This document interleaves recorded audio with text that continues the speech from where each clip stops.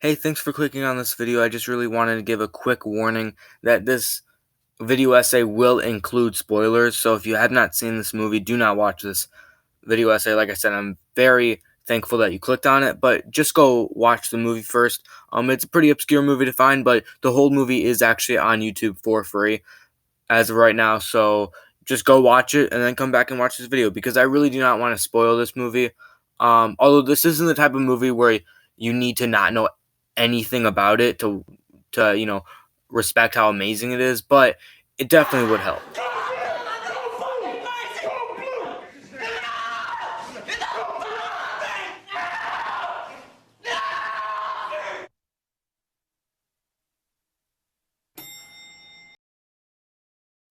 So, character development seems to be an important part in any type of story.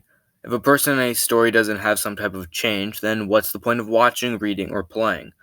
But some films change this literary trait. They make it non-linear, inconsistent, etc.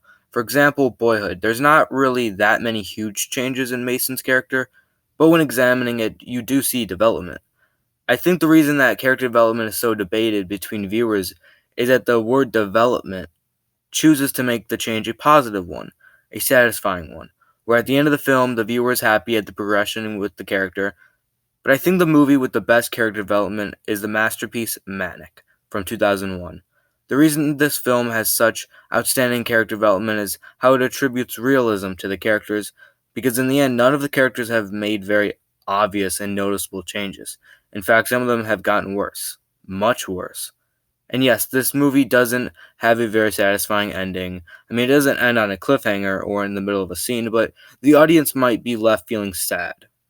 Now, I am not going to examine various scenes from Manic and analyze the shit out of them, because I still might do more video essays on this film, and there's always a review that I will one day make. However, I won't refrain from referencing scenes to aid my point. Now that we've gotten the groundwork set, shall we start?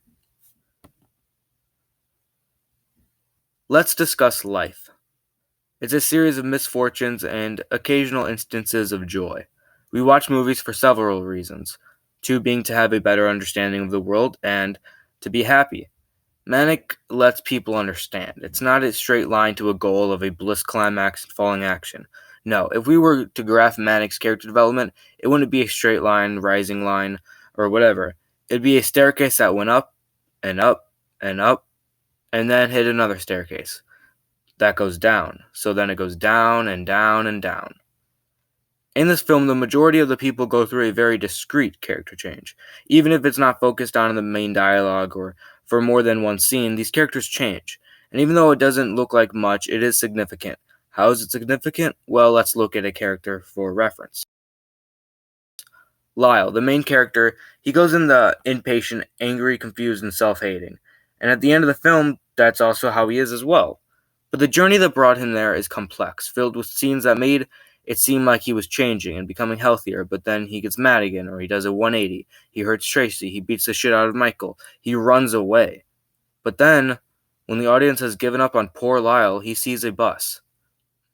A bus that has an image of the painting that was discussed earlier in the film. The painting that, to Chad, represented that everything ends. The birds will fly off into the borders, never to be seen again by the viewer. All paintings have endings. Everything has an end. But what Lyle sees is through the dual nature of the wheat field with Crow's painting, they only saw half the painting, which brings up another topic talked about earlier in the film, how nothing ends. That there will always be more, and so Lyle realizes that nothing's ended yet, and for the time being nothing will, if he doesn't let it. That was where that version of the painting ended, but it's not where they all end. They all don't have that same border, and neither does Lyle's life. So everything that he had changed wasn't wasted when he acted out. They all built up to the moment when he went back, when he decided to accept the treatment and know that his life doesn't have to be like this. He could make his own borders. Tracy, you want to talk to us today?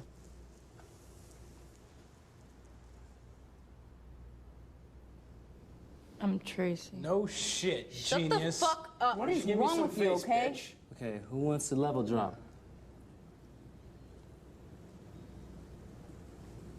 Go ahead, Tracy.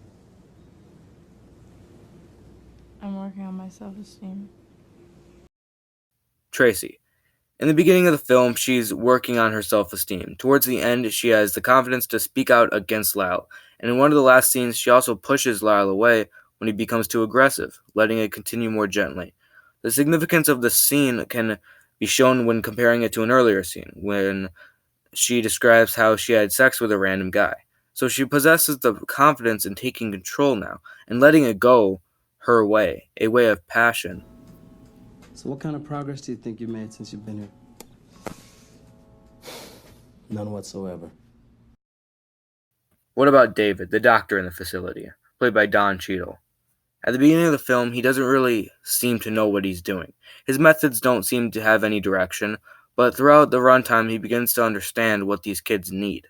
Even though the way he presents this is harsh, he still shows a feeling of not giving up, but of deciding. He tells the characters what they need to hear. He gives Lyle the ability to turn his life around himself, and not be forced to adapt to another person like they've been doing. Instead, he's letting him choose his path to positivity by asking questions that Lyle must ask himself. Tegretol or Depakote. Same program, Tegretol. Just give me pills, right? That'll just take care of everything and just solve all my problems and all the problems of the world. Give everybody pills. We can all fucking be the exact same person. Chad is probably the hardest to identify any type of character development, other than a downward spiral of depression that all leads to the most intense scene of the film. But there are signs that he has changed and grown. What he does is become more aware. He's getting a better grip on his life. However, this does end tragically, and that's another great example of the realism in this film. The realism that's in this film is presented in the characters, the dialogue, and or the plot points. It shows that this movie's not trying to uplift. It's trying to give a realistic depiction of characters like these, one that's down to earth and grounded in reality, not Hollywood. And the smaller characters change too. This look of bewilderment on Michael's face after Lyle beats him up shows that he has or will soon come to the realization that he's not as tough or as powerful as he wants to believe he is. I mean, that scene in general is brilliant. Not because of the amount of character development with Lyle and Michael, but because of what it means and how it's shot.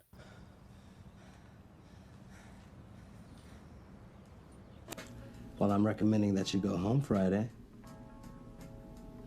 Good. Sarah. I mean, she gets out, plain and simple. She isn't fixed. Her getting out is probably a surprise to the viewer, but still, David thinks she's okay to get out.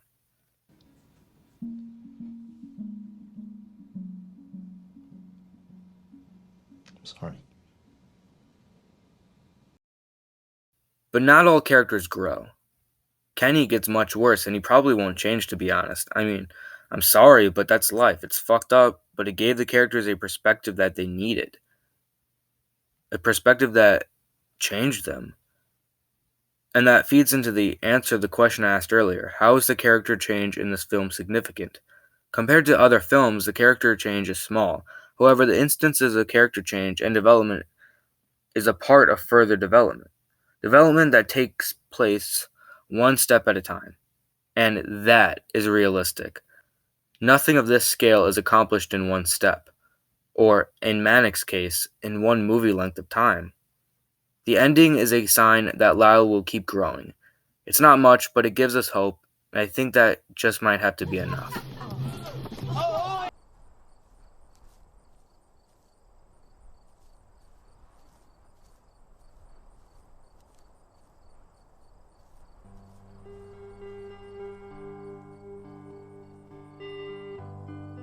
Why are you here, man?